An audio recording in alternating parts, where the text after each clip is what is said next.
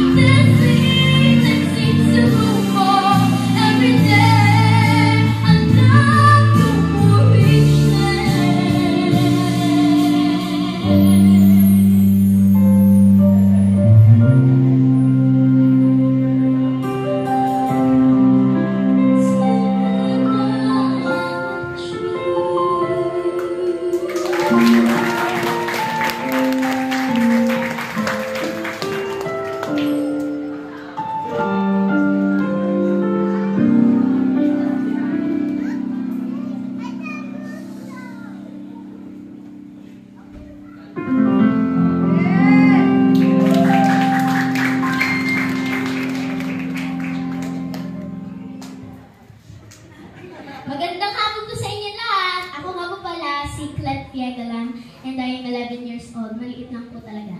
And ako nga po pala ay taga Sukat, Muntinlupa City. And magpapasalamat po ako kay Lord dahil po binigay niya po itong talento ko na pagkakanta. And very thankful po din ako kay Coach Ira kasi po natutunan niya po kung ano yung mga mali ko and naitatama niya din po. And nanonood. And thank you din po pala sa mama at papa ko na nandyan, at sa tita ko at tito ko na palagi pong nakasuporta sa akin. And ang experience ko po sa Zane Music Studio ay pag may mali ka po, may itatama po ni Coach Ira. And sana po sumali na po kayo sa Zane Music Studio. And next ko po kakantahin is Hawak Mo by Laika Estrella po. You sing!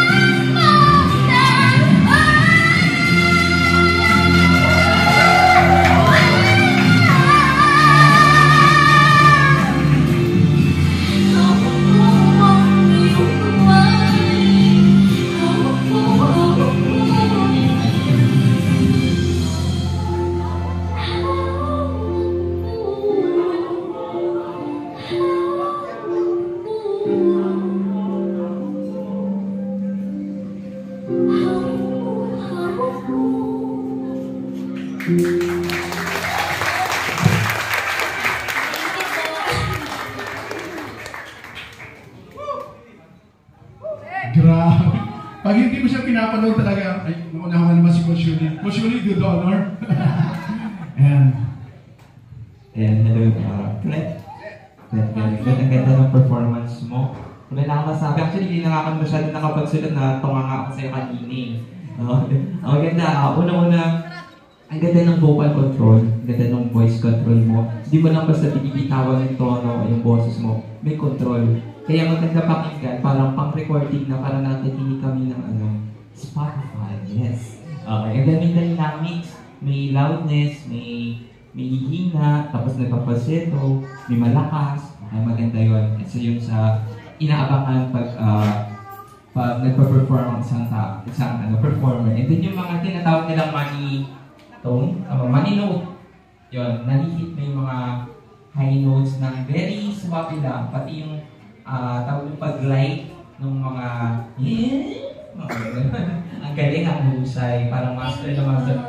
Yung mga and sa performance, mani na kay Clef. Okay, so just continue i-continue mo lang yung pagtatrain mo kay coach at lalo mo pang alam ko mas gagaling ka pa lalo. Sumasali ka na ba sa singing contest? Opo, madami po akong nasalihan sa TV po. Sabi ni ko, nakita ko eh.